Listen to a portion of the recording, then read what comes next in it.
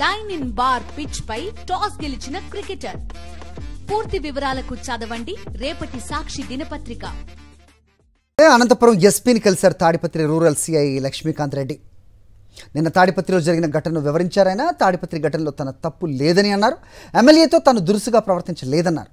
SC ST case నా పరిధిలోని అంశం కాదని డీఎస్పీ విచారణ చేస్తారని అస్మిత్ రెడ్డితో చెప్పారని తెలిపారు. తాడిపత్రిలో 14 నెలల నుంచి పనిచేస్తున్నా ఎలాంటి ఇబ్బంది రాలేదన్నారు. తన మీద ఎలాంటి చర్యలు తీసుకున్నా ఓకే అన్నారు.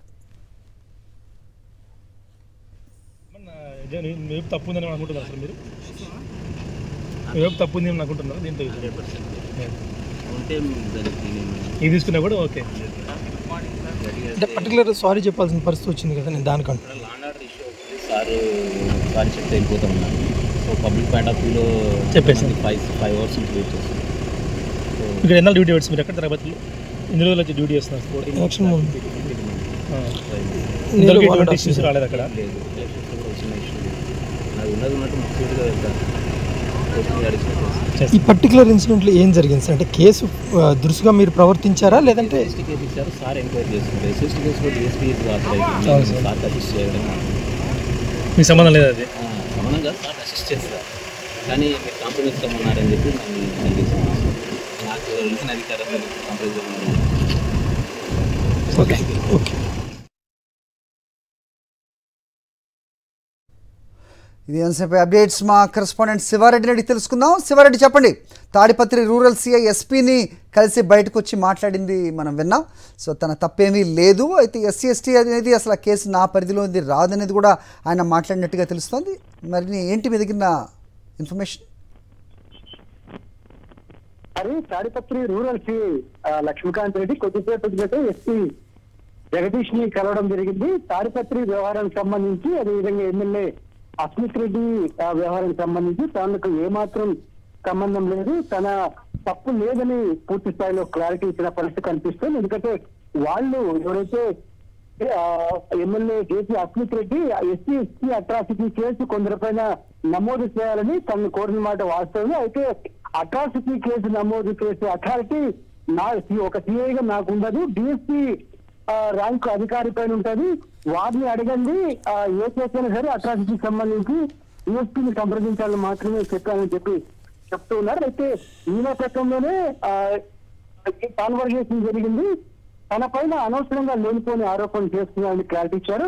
పూర్తి స్థాయిలో ఎంక్వైరీ చేయండి, నా తప్పు ఉంటే ఎలాంటి శిక్షకైనా ఇస్తామని స్పష్టంగా సిఐ లక్ష్మీకాంత్ రెడ్డి చెప్తున్న వాతావరణం కనిపిస్తోంది. ఎందుకంటే గత 14 మాసాలుగా తాడిపత్రి రూరల్ సిఐగా డ్యూటీ నిర్వహిస్తున్నా ఇప్పుడు దాకా ఎట్లాంటి ఆరోపణలు తనపైన లేవు. ఇప్పుడు కావాలని కొందరు క్రియేట్ చేస్తున్నారు.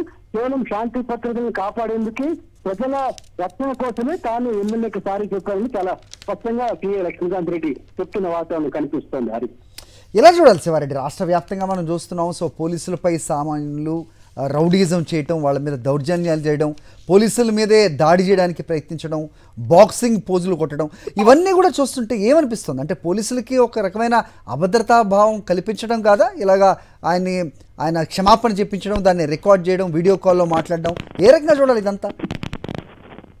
ఖచ్చితంగా హరి, ఎందుకంటే రాష్ట్రంలో టీడీపీ కూటమి అధికారంలోకి వచ్చిన తర్వాత టీడీపీ నేతలు అదేవిధంగా కూటమి నేతలు విచ్చలవిడిగా దౌర్జన్యాలకు దాడులు చేస్తున్న పరిస్థితి కనిపిస్తోంది. సాక్షాత్తు చట్టాన్ని చేతిలో తీసుకొని ప్రజలపైన అదేవిధంగా కొందరు ప్రత్యర్థుల పైన రాజకీయ కక్ష సాధింపులకు పాల్పడుతున్న పరిస్థితి కనిపిస్తోంది. ఈ నేపథ్యంలో తాడిపత్రిలో కూడా ఇలాంటి ఘటనలు చోటు చేసుకుంటున్నారు. ఎక్కడ కూడా పోలీసులను పని చేయడం లేదు. అదేవిధంగా పోలీసు ఉన్నతాధికారులు కూడా సమర్థవంతంగా పని చేయకపోవడము, పోలీసు సిబ్బందికి మోరల్ కాన్ఫిడెన్స్ ఇవ్వకపోవడంతో ఇట్లాంటి సమస్యలు వస్తున్నాయి. ఎందుకంటే ఎక్కడైతే సమస్య ఉందో దాన్ని రెక్టిఫై చేయడానికి, శాంతి భద్రతను పరీక్షించడానికి పోలీసులు పని చేయాల్సి ఉంటుంది. రాజకీయాలకు, రాజకీయ పార్టీలకు అతీతంగా చేయాల్సి ఉంటుంది. కానీ టీడీపీ కూటమి అధికారంలోకి వచ్చిన తర్వాత మరి ఎందుకో ఏమో తెలియదు కానీ ముఖ్యమంత్రి మౌనంగా ఉంటున్నారు.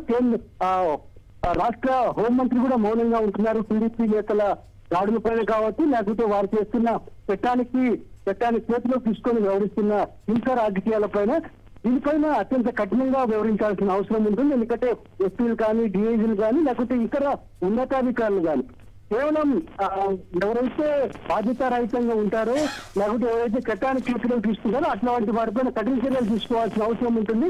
అటువంటి వాటిపైన కూడా రాజకీయాలు రాజకీయ ఒత్తిళ్లకు లోనైతే మాత్రం ఇట్లాంటి ఘటన పునరావృతమయ్యే అవకాశాలు చాలా స్పష్టంగా ఉంటాయని చెప్పాలి. హరి రైట్ శివారెడ్డి.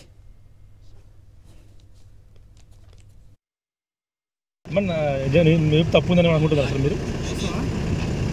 వైపు తప్పు ఉంది అని అనుకుంటున్నారు దీంట్లో? 100% ఇది తీసుకున్నా కూడా ఓకే. అంటే పర్టికులర్ సారీ చెప్పాల్సిన పరిస్థితి వచ్చింది కదా, నేను దానికంటే లాండ్ ఆర్డర్ ఇష్యూ అవుతుంది సారీ చెప్తే వెళ్ళిపోతా ఉన్నాను. సో పబ్లిక్ పాయింట్ ఆఫ్ వ్యూలో చెప్పేసి 5 hours నుంచి వెయిట్ చేస్తాను. ఇక్కడ ఎన్నాళ్ళు డ్యూటీ పెట్టు మీరు? ఎక్కడ తిరుపతిలో ఎన్ని రోజులు వచ్చి డ్యూటీ చేస్తున్నారు? ఎలక్షన్ ఇష్యూస్ రాలేదు అక్కడ? లేదు, ఎలక్షన్స్ కూడా వచ్చిన ఇష్యూ అది ఉన్నట్టు ముఖ్యంగా వెళ్తాను. ఈ పర్టికులర్ ఇన్సిడెంట్లో ఏం జరిగింది సార్? అంటే కేసు దురుసుగా మీరు ప్రవర్తించారా లేదంటే? ఎస్టీ కేసు ఇచ్చారు సార్, ఎంక్వైరీ చేస్తున్నారు. ఎస్ఎస్టీ కేసు కూడా డిఎస్పీ సార్ అసిస్ట్ చేయడం మీకు సంబంధం లేదు? అది సంబంధం కాదు, సార్ అసిస్ట్ చేస్తారు. కానీ మీరు కాంప్రమైజ్ కమ్మన్నారని చెప్పి నన్ను చేస్తున్నాను. నాకు తెలిసిన అధికారం కాంప్రమైజ్ కమ్మన్నారు. Okay okay.